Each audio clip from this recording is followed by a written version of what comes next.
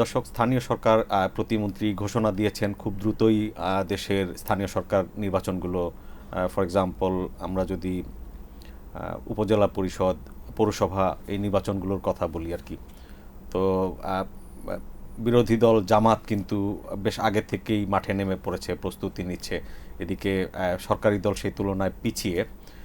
স্টুডিওতে আমার সঙ্গে আছেন আমাদের সিনিয়র রিপোর্টার সাইফুল ইসলাম। তার কাছ থেকে আমরা মাঠ পর্যায়ের বাস্তবতা শুনি। মাঠ পর্যায়ের বাস্তবতা কি? স্থানীয় সরকার প্রতিমন্ত্রী আজ ঘোষণা দিয়েছেন যে স্থানীয় যে নির্বাচনগুলো আছে, বিশেষ করে পৌরসভা এবং উপজেলা, এটি যে খুবই শীঘ্রই হচ্ছে, এক ধরনের দুর্মদল ছিল, সেই দুর্মদল তিনি আজকে দূর করেছেন। তিনি বলেছেন খুব শীঘ্রই এই নির্বাচন অনুষ্ঠিত হবে, যেখানে সরকারের প্রশাসকরা কাজ করছে, তারা নির্বাচিত প্রতিনিধি আসবেন, তারা কাজ করবেন। তিনি আজকে উত্তরবঙ্গে বিশেষ করে চাঁপাইনবাবগঞ্জের একটি অনুষ্ঠানে গিয়ে কথা বলেছেন। এর আগে এই নির্বাচন নিয়ে বেশ দুর্মদল ছিল যে কবে হচ্ছে, আদেও হবে কিনা, কারণ ইতিমধ্যে সরকার গঠনের পরপরই সিটি কর্পোরেশনগুলোতে এবং জেলা পরিষদে যে প্রশাসক নিয়োগ করেছে বিএনপি, সেটার কিন্তু নিয়ে তীব্র অসন্তোষ ছিল বিভিন্ন মহলে, বিশেষ করে বিরোধী পক্ষ যারা আছে তাদের মাঝে। সেই জায়গাটা আজকে মন্ত্রী দূর করেছেন। দূর করার পরে এখন রাজনীতিতে একটি অন্যতম বিষয় স্থানীয় সরকার নির্বাচনের একটা নতুন মাত্রা যুক্ত হয়েছে। সেক্ষেত্রে আমরা আজকের রিপোর্টে যেটি দেখানোর চেষ্টা করেছি, জামাত ইতিমধ্যেই প্রার্থী ঘোষণা দিয়ে ঈদের আগে এবং পরে তাদের প্রার্থীদের মাঠে পরিচয় করে দেওয়ার জন্য যা যা কিছু করা দরকার, নির্বাচনী প্রচারণা, তাদের কৌশলী যে কিছু ভূমিকা, যে তারা নির্বাচিত হলে কী কাজ করবেন, মানুষের দ্বারা দ্বারে পৌঁছানোর যে প্রবণতা, সেটি তারা অলরেডি শুরু করেছেন। ভোটারদের আকৃষ্ট করার যে প্রক্রিয়া। অপোজিটে আপনি যদি দেখেন যে সরকারি দল বিএনপি, বিশেষ করে দলটি কিছুদিন আগে জাতীয় নির্বাচনের পর বিপুল সংখ্যাগরিষ্ঠ আসন নিয়ে সরকার গঠনের পর দেশ সামাল দেওয়া, বেশ কিছু বাস্তবতা আছে। বিশেষ করে যুদ্ধ বিগ্রহের মধ্যে আমাদেরকে জ্বালানি থেকে শুরু করে প্রতিটি সেক্টরে সরবরাহ স্বাভাবিক রাখা, সব কিছু মিলে প্রধানমন্ত্রী যেহেতু নিজেই বিএনপি চেয়ারম্যান, এক ধরনের সরকারকেন্দ্রিক ব্যস্ত থাকার কারণে সরকারি দল জামাত এই সুযোগটা নেওয়ার চেষ্টা করেছে। তারা মাঠে ময়দানে চষে বেড়াচ্ছেন, প্রার্থীদেরকে সামনে পরিচয় করে দিচ্ছেন।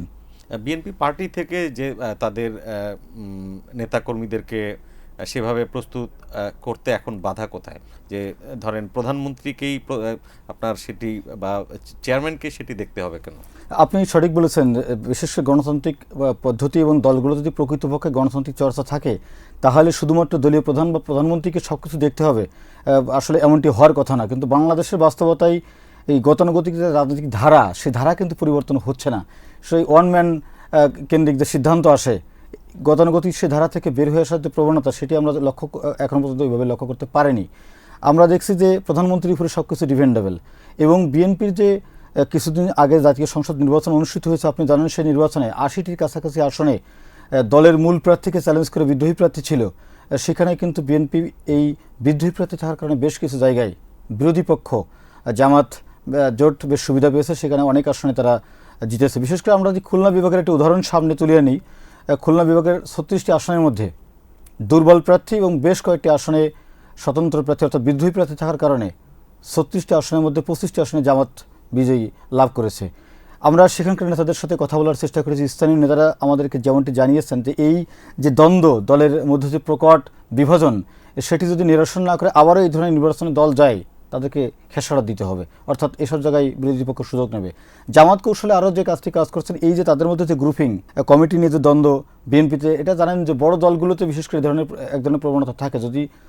যদিও ধর্মভিত্তিক দলগুলোতে এই ধরনের সমস্যাগুলো একটু কম থাকে, সেই ক্ষেত্রে এই ধরনের সুযোগ কাজে নেওয়ার চেষ্টা করছেন। স্থানীয় নির্বাচন যেহেতু স্থানীয় পর্যায়ের মানুষের সুযোগ সুবিধা নিয়ে অনেক কিছু চিন্তাভাবনা থাকে, সেক্ষেত্রে যে প্রার্থীরা মানুষের দ্বারে দ্বারে বেশি পৌঁছাবেন, মানুষের সমস্যাগুলো চিহ্নিত করে সামনে আনার চেষ্টা করবেন, মানুষকে দেখানোর চেষ্টা করছেন জামাতের এসব প্রার্থীরা যে আসলে তারা নির্বাচিত হলে এই কাজ করবেন, ওই কাজ করবেন, তারা মানুষের কাছে আছেন, সেটি বোঝানোর চেষ্টা করছেন। তবে হতাশার বিএনপির তেমন কিছু নয়। একটি বড় দল বিএনপি, সেক্ষেত্রে যে তাদের তৃণমূলের কিন্তু আকাঙ্ক্ষা এবং দাবিও আছে, যেটুকু সমস্যা আছে বিভাদ বিভাজন সেটুকু মিটিয়ে যদি তারা একটু পর্যায়ে আসতে পারে, সেক্ষেত্রে জামাতকে চ্যালেঞ্জ করার মতো সক্ষমতা বিএনপির আছে, সেটি কোনো বিষয় না। এটি যে ব্যাপকভাবে কোনো বিএনপি খুব বেকআউট পজিশনে আছে, খারাপ পজিশনে আছে, সেটি আমরা এই মুহূর্তে বলতে পারছি না। দলের নেতাকর্মীদের দাবি যে গ্রুপিং মিটিয়ে দল এবং সরকার যেন সমন্বয় করে চলতে পারে দলটি, তাদের তৃণমূলের সেই দাবি রয়েছে। মাস ছয়েকের মধ্যে নির্বাচন প্রত্যাশা করছেন কিনা আপনি? না, আমরা যেটি দেখছি সেক্ষেত্রে স্থানীয় নির্বাচন হওয়ার ক্ষেত্রে একটি বড় ধরনের প্রতিবন্ধকতাও আছে সামনে, সেটি প্রতিবন্ধকতা দূর করার ক্ষেত্রে খুব একটা সমস্যা নেই। যখন আওয়ামী লীগ সরকারের আমলে একদম রুট লেভেল পর্যন্ত, ইউনিয়ন পরিষদ নির্বাচন পর্যন্ত দলীয় প্রতীক সিস্টেম চালু করেছিল, এই সিস্টেম কিন্তু আগে ছিল না। আওয়ামী লীগ ক্ষমতা এসেই এই কাজটা কিন্তু করেছে। স্থানীয় সরকার নির্বাচন এই কাজটি করার পরে তখন কিন্তু বিএনপি জামাত তুমুল প্রতিবাদ করেছিল। সেই দল যদি ক্ষমতা এবং জামাত যেহেতু বিরোধী দলে আছে, এই প্রতীক থাকবে কি থাকবে না সেই প্রশ্ন এখন সরকারের সামনে রয়ে গেছে। স্থানীয় সরকার প্রতিমন্ত্রী এই বিষয়ে কথা বলেছেন সাম্প্রতিক সময়। তিনি বলার চেষ্টা করেছেন যে আমরা এই প্রতীকের নির্বাচন করব কি করব না সে সিদ্ধান্ত আগে হওয়ার বিষয়। আমার মনে হয় আপনি যে সময় টাইম ফ্রেমের কথা বলছেন, আমার মনে হয় না বিশেষ করে উপজেলা এবং পৌরসভা নির্বাচন, বিশেষ করে উপজেলা এত বেশি সময় নেবে। তার আগেই আমরা প্রত্যাশা করছি নির্বাচন হোক, নির্বাচিত জনপ্রতিনিধিদের কাছে ক্ষমতা আসুক, যারা মানুষকে নিয়ে ভাবেন, তারা মানুষের সমস্যার কথা ভাবেন, তারাই সামনে আসুক, আমরা সেটি প্রত্যাশা করি। অনির্বাচিত ব্যক্তির নানান তারা পণ্ডিত হন কিংবা ফেরেস্তা হন, তাদের শাসন আসলে ভয়ঙ্কর।